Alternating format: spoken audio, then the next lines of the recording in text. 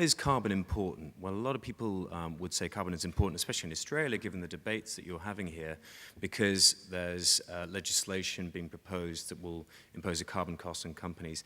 It's actually not just that, it's the effect of some of the impacts of carbon on various different economies globally. So if you look at the effects of some of the weather-related effects on the Australian economy last year, I'm sure you're all aware of those types of numbers. And that's the reason why a lot of major economies are setting themselves carbon reduction targets.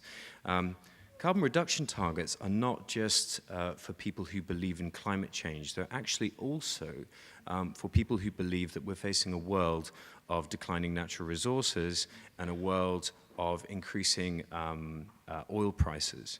And so a lot of major economies consider this to be a good thing to do. So, for example, the Chinese government has set a 17% reduction target for all Chinese businesses over the next 5 years. And I don't think they would be doing that for purely altruistic reasons. So clearly, as we heard this morning, there's a lot of debate around the carbon legislation. It was very interesting to hear the minister talk. And there will be a proposed price for carbon emissions of $23 a tonne. When you compare that $23 a tonne, actually, what does that really mean? Well, it's very comparable to the first price that emerged from the emissions trading scheme in Europe nearly 6 years ago now, actually. And when you compare it to what the best estimates of the long-term damage associated with climate change out to 2050 are, and there was a major report produced by a gentleman called Lord Nicholas Stern, this is sort of generally accepted to be the best estimate. The net present value of the damage caused by climate change associated with carbon emissions would be somewhere in the region of $77. So really, you've got a difference between the carbon price of reducing emissions and the carbon price of suffering the damage associated with those emissions, which is more comparable to the first bullet point there. Last year, we did a major study for the UN and for the Principles for Responsible Investment, and we found that actually the global economy is subject to, in a sense, environmental risk in economic terms of about 11% of the global economy. It's about $6 trillion US. The top 3,000 companies cause about a third of that, the top 3,000 listed companies. And if you equate that to the earnings at risk for those businesses, in some cases it's up to, it's greater than 50%. So this is a serious issue. It's related to resource scarcity, it's related to oil price, it's related to carbon taxation policies. So we were asked to look at and examine 3 questions. How exposed are Australian supers to carbon costs under these regulations? How significant is the variation in exposure? And what can you actually do about this? So I'll go through those in turn. So first of all, I'll talk about here the exposure of the super funds that we analysed in terms of just the level of carbon emissions created by the companies, the holdings that you own. So we looked at 14 funds.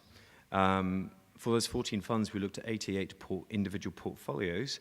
And if you take all of those funds and all of those portfolios on an ownership basis, so a sort of proportional representation of the ownership of the underlying assets, the underlying companies, that would equate to 5.6 million tonnes of carbon, which is approximately 1% of Australia's emissions. So that's just for those 14 funds. The average carbon footprint is 269 tonnes, which I'll go on to relate exactly what that means. And the good news is that if you look at those combined holdings, the combined holdings in terms of carbon efficiency, in other words, the carbon emissions relative to revenue of each of those individual holdings is about 8% better than the average type of carbon efficiency for the ASX 200. So overall, when you examine those 14 supers, there's a reasonable range actually between the carbon emissions created by those investments, and the variation is about 46%. And you can see where the aggregated holdings are placed in that relative to the ASX 200. And the reason why that is because of a slight skew for those aggregated holdings away from some relatively carbon inefficient sectors. So in particular, utilities, So in other words, those 14 super funds are slightly less exposed to utilities and also for travel and leisure. What we did also was we compared some of these findings with the original study that we did in 2008. Now, clearly, you know, the portfolios, the asset managers will change over that time. So we analyzed the 10 or so funds here that were consistent over that period of time. And actually what happened was you can see that there's a 25% reduction in exposure to companies with carbon emissions, essentially, over that period of time. So now on to carbon costs. If you have a look at carbon costs for the ASX 200, so for the market, if you like, in Australia, on average, what we found was that overall the picture is that the carbon costs are not going to be massively significant for those companies. Now, bear in mind, this analysis actually excludes any recycling payments that might occur as part of policy, as we heard this morning. So I would imagine that what the Minister said would be accurate in the sense that there will be no material impact for major industrial sectors in terms of the carbon costs. Hopefully, there will be more efficiency gains throughout this process. But if you look at the EBITDA at risk, it equated on average to 1.4%. And in truth, it was very much skewed towards a very, very small number of companies that are very carbon inefficient. And if I were looking at carbon inefficiency, I would relate that to fossil fuel inefficiency. So really what this is saying is there's a handful of companies in the ASX that are relatively inefficient and may well suffer some of the effects of a carbon taxation policy, but they will also suffer the effects possibly of that level of inefficiency with respect to oil pricing going forward. So it would be a good thing to manage those risks from those companies, obviously. We examined that picture, which I related for the ASX 200, for the holdings of the super funds that we analyzed, and we related that to carbon emissions relative and carbon costs relative to the overall revenue of the companies. So this is not return, this is the revenue of the underlying holdings. And again, what we found was a pretty small number in the sense of when you look at the weightings associated with these funds, it's actually less than the ASX as a whole. The exposure is a bit smaller than the exposure of the ASX in terms of exposure to profitability as a consequence of carbon tax. In essence, what I would say is that the carbon taxation policy will have a fairly limited effect actually on Australian equities in general. But what we are seeing, what we're observing globally, is that many companies are actually positioning themselves for carbon taxation policy in many different jurisdictions. ASX consists of companies that are largely global, and International Power was mentioned this morning, for example, and International Power is a company I know very well is very concerned about carbon taxation policy. But all these companies, there's a one-to-one relationship between carbon emissions and fossil fuel efficiency. And so all these companies should be examining these risks very carefully.